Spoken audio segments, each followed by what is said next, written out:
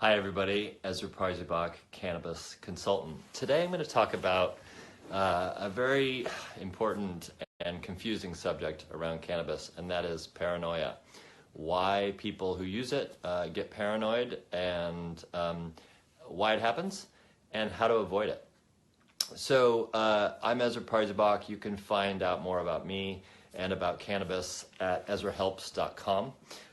Basically, I help patients understand how to use medical marijuana effectively and help educate people.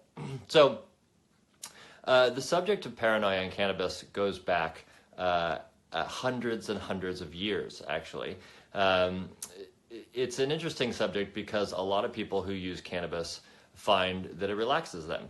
And the number one reason people say they use it medicinally is because it reduces paranoia, reduces anxiety, and calms them. So that's common. But here's the irony. The number one reason why people say they want to stop using cannabis is because it makes them paranoid and anxious. So I'm going to go into the action of it, why this happens, and how cannabinoids are working in the brain, why people get paranoid from using cannabis, and then what are solutions. So how do you reduce paranoia but still get medicinal benefits from cannabis? So it's important to start out. Also, just so people know, I will be breaking for questions, and this is my first solo live feed, so I'm going to have to look over my computer and make sure that I can see that people are getting questions in.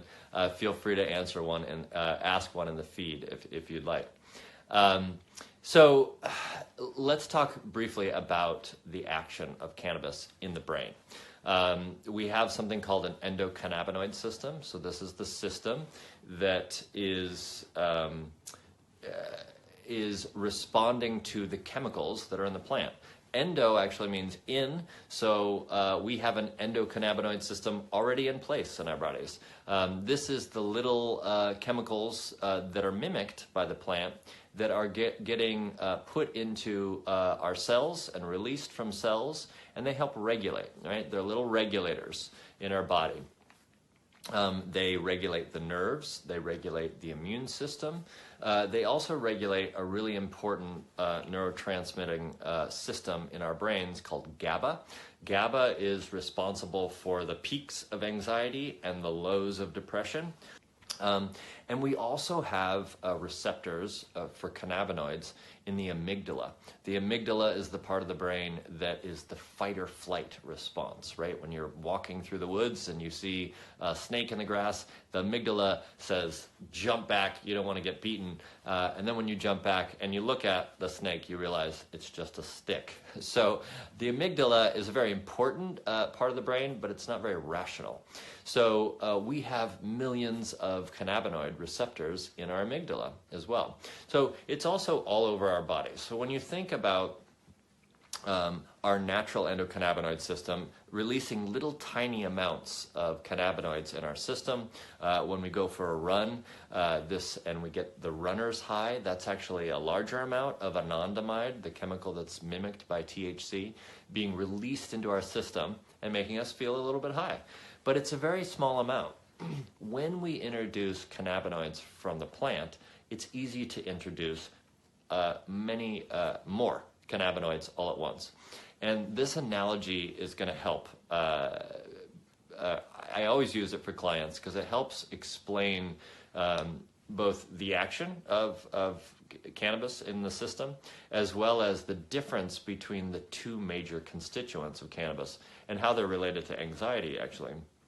And that is THC and CBD. So THC, if you know, is the active chemical in cannabis. That is the chemical that makes us high and also induces the paranoia. When we have large amounts of THC, we can get paranoid. The analogy I use for THC is like the fire department. So if you have chronic pain or acute pain, even if you have nervousness and anxiety, for some people they can introduce those little firemen into their system. The fire department comes, they calm things down, they make sure that things are okay. But they drive big loud trucks and they stomp around with boots. CBD is more like a social worker or a therapist. It's very quiet. It comes to the house and helps with things, but it doesn't always have this instantaneous effect on our symptoms the way THC does. But CBD is also way less prevalent in terms of causing anxiety. So it's important to know that we have this interplay in our system of the CBD and THC, how it interacts in our body. It's triggering these receptors in the amygdala, our fight or flight response. It's triggering receptors in our nerves, our nervous system. It even triggers receptors in our second gut. This is the gut in our, or this is the brain, what we call the second brain rather, which is in our gut. It is trillions of nerves that receive cannabinoids and either become overly stimulated or regulated by their action. So let me just check in real quick, see if anybody's watching or if we have any questions. Looks like we have nothing yet. That's good. I'm just going to keep going. So now let's talk about what is causing this anxiety. Essentially, in very simple terms, it is it's too much THC in the system, too much CBD even in the system all at once. So when you smoke cannabis, you're ingesting a large amount. It goes from the lungs right to the brain and stimulates the amygdala, stimulates the receptors in GABA, stimulates the nervous system. And if it's too much, if you induce too much in the system, it's like calling the fire department and they all show up all at once. You know, imagine 10 fire trucks to get a cat out of your yard is going to make you panic a little bit because that's just too much to have in your system. And the interesting thing about anxiety is it's a very subjective and psychological experience. So some people can have anxiety when they are vulnerable to life events, to trauma, to their own hereditary events, epigenetics and genetic factors, all these things. Often those people who tend to have elevated anxiety and paranoia, if they take in small amounts of THC, it can really intensify their paranoia. So the context is really important. They've actually done studies, and they study delivering THC to volunteers, and they'll deliver a placebo, they'll deliver THC and at different amounts. And for some people, they tell them that it's THC, and some people, they say that it's just a drug. They're testing a random drug. What's interesting is some respondents, when they know that they have THC in their system, they actually relax. They can say, oh, this is cannabis, I know this feeling, I'm familiar with it, and they respond in kind. Other people, they find, oh geez, I have THC in my system, this is very scary, I don't want to have THC, or I smoked pot before and it made me paranoid, and that elevates their anxiety. So it's also important to remember that everyone has a unique endocannabinoid system. So you can't say, 5 milligrams of THC is going to be enough to not cause anxiety. I have clients, I've seen it before, who ingest 1 milligram of THC. This is the equivalent of probably taking of a contemporary joint. This might be a fifth of one puff of a joint. To deliver 1 milligram of THC. It's actually really hard to deliver 1 milligram when you're smoking it, or even taking an edible. Most edibles, when you're taking THC into your system, and if you're buying it from a dispensary, they might have 5, 10, 20, 50 milligrams. So I work with clients who are often really sensitive. They have very specific ailments and a lot of medicinal history that's important to factor in. So I've seen clients take 1 milligram of CBD and have a bad trip, have too paranoid an experience. This is because that 1 milligram of THC is flooding their amygdala, flooding their GABA, flooding their nervous system, and it's too much for them to handle.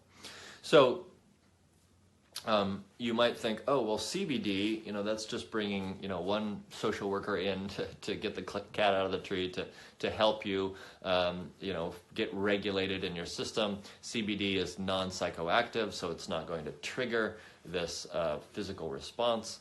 But I've actually seen people take as little as 1 milligram of CBD and have a paranoid experience.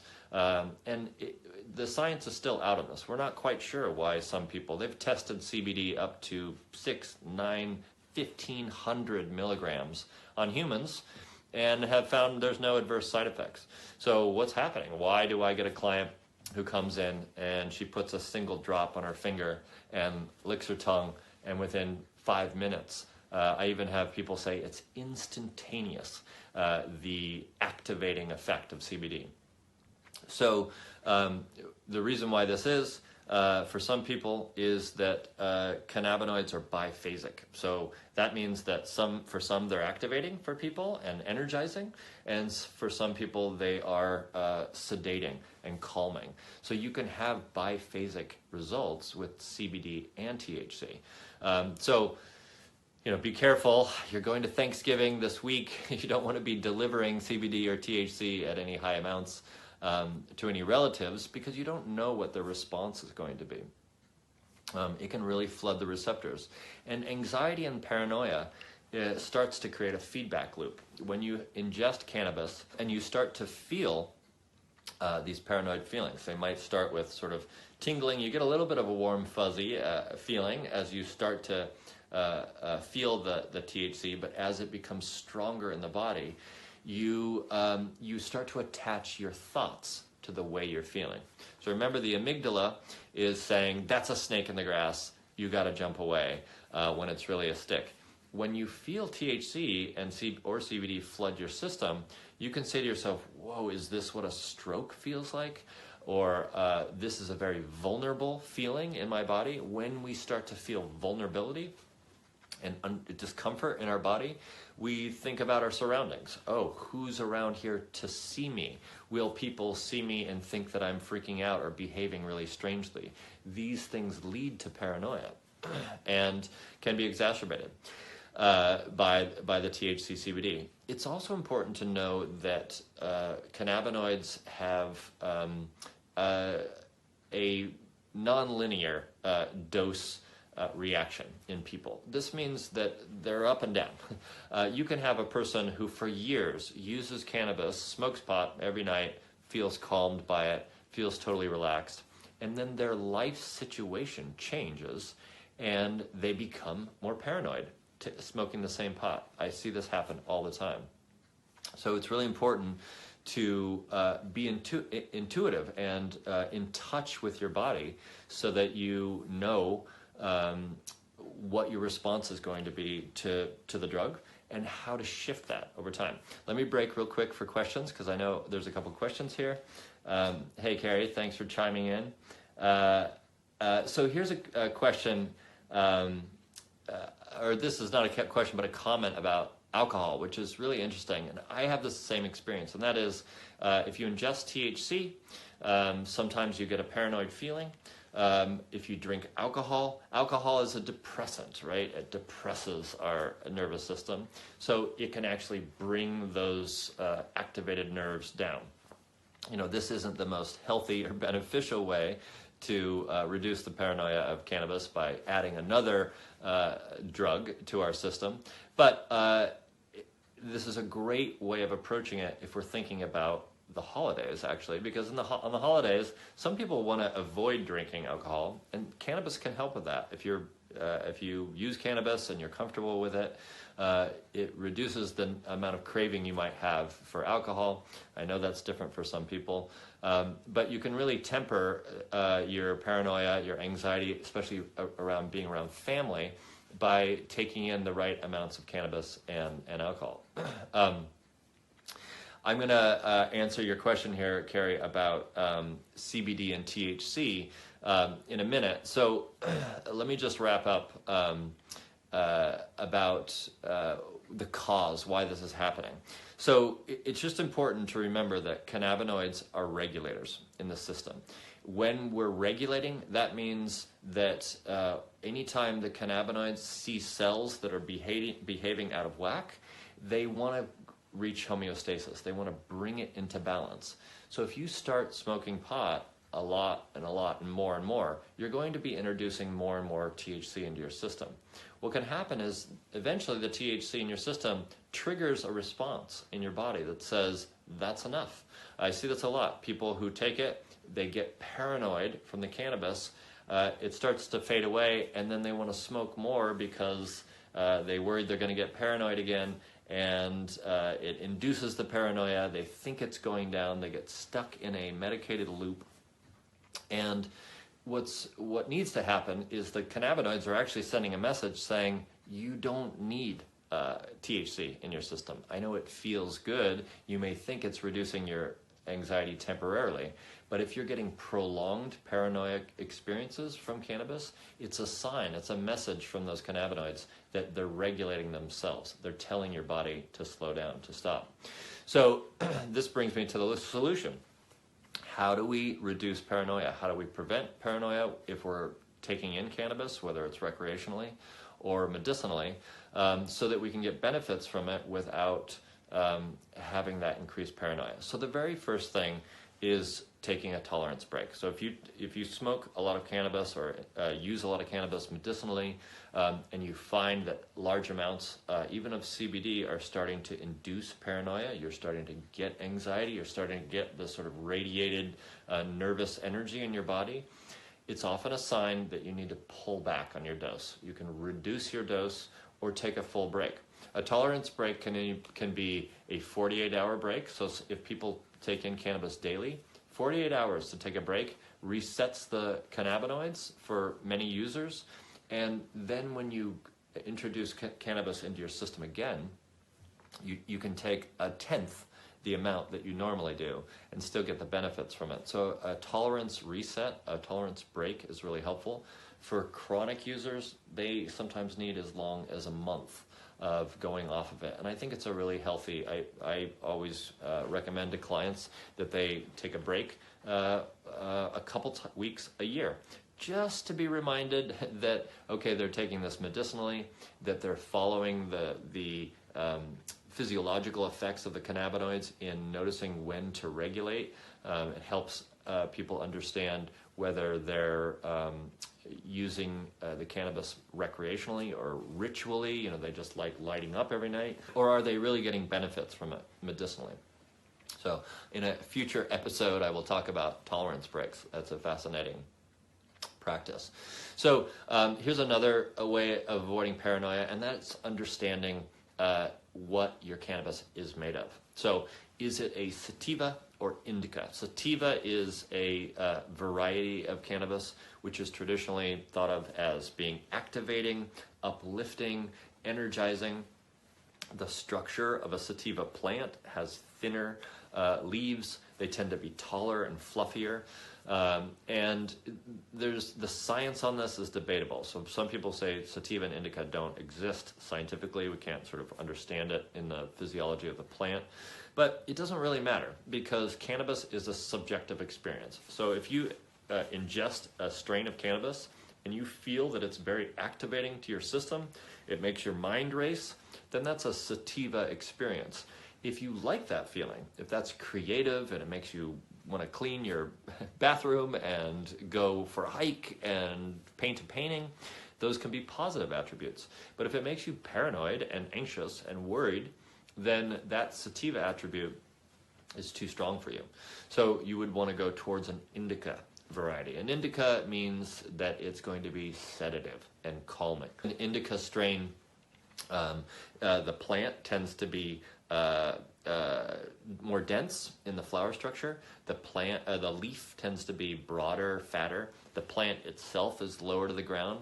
So when we think about sativa and indica, we can actually think about our own morphology, our own body structure. If we are grounded in our body, if we're attached to the earth and close to the earth, we tend to be grounded. That's the opposite of feeling anxious up in the mind.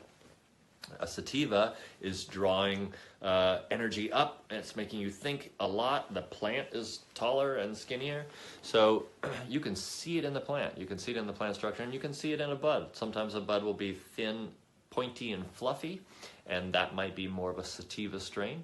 If it is round and bulbous, then that might be more of an indica strain.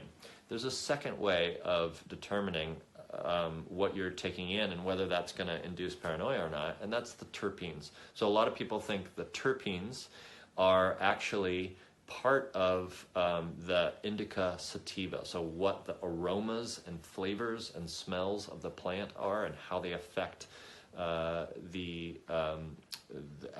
they affect the effect of the plant on the body. So terpenes, if you smell your cannabis and it tends to have a citrusy, lemony, grapefruit kind of smell, sometimes they're in the strain names, lemon haze and grapefruit kush and things like this, those tend to be sativa. Those are uplifting terpenes. These are antidepressant terpenes.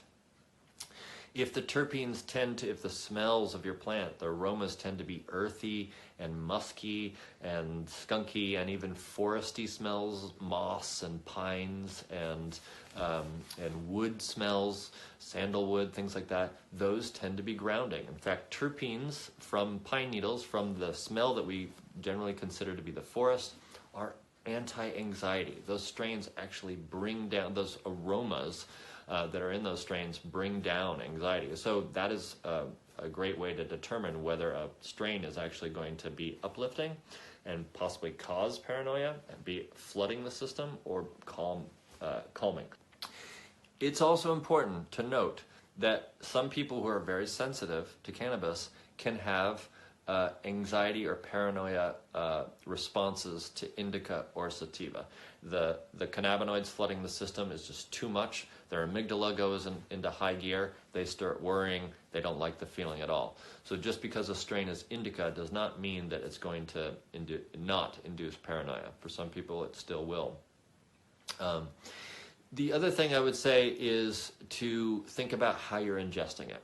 So when we smoke cannabis, if it goes into the lungs and right to the brain, that's activating all the parts of our body that are thinking about things we're worried about, right? Our brain is what worries. If we want to activate the part of the brain, the part of the body that does not have language and thoughts, then we'll activate the gut, right? That's our gut feeling, that's our brain, that's our second brain.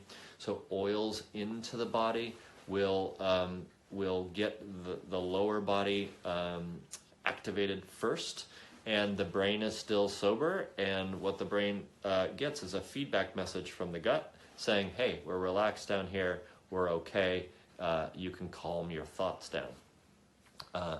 It's important to note that even oils or edibles ingested, if they are at too high a quantity, if you ingested 100 milligram edible, even as a seasoned cannabis user, you could have a very paranoid experience because it's still going to flood your system at too high a rate. 10 fire trucks at your yard, even for the cat out of the tree, is just too many fire trucks. So that's important too. I think most people who smoke cannabis tend to overdose. You light a joint, you may just need 1 or 2 hits, but since the joint is lit, you take 10 hits, and then pretty soon you're getting a little paranoid from it. So really it's about pulling your dose back. It's about using healthy administration methods like using an oil. And then finally I'll say for patients who are really wanting to get the analgesic, the insomnia reducing, the anxiety reducing benefits of cannabinoids, they can help all of these symptoms. But they find that they get paranoid whenever they ingest it, then a great way to do that to get the benefits is use them topically. So I've had clients who have a paranoid reaction to 1 milligram of CBD, so it's just too much for the system. So you can create, I have here a little anointing oil. This is an oil that we might dilute and put 5 milligrams in the entire bottle of oil, and then you rub that on your belly. So you're actually introducing a tenth of a milligram to the capillaries in your skin that slowly draw it into your bloodstream. So you're delivering what is essentially a microdose of cannabis. This is going to avoid that high that you feel and the paranoid feeling. So there's a much wider spectrum of dosing that can occur, and a lot of that comes from using topicals. All right, that concludes my live cast on paranoia and cannabis. Thanks for everyone who joined up and watched it. All of my live casts will get transcribed into a blog post that goes on to EzraHelps.com. And I will also post this video on my website so people can watch it again. Please share the video and go to EzraHelps.com, sign up for my newsletter, or join Ezra Helps, my closed private Facebook group that's where people can ask and answer questions. All right, I'm Ezra Parzybuck, cannabis consultant. Thanks for joining.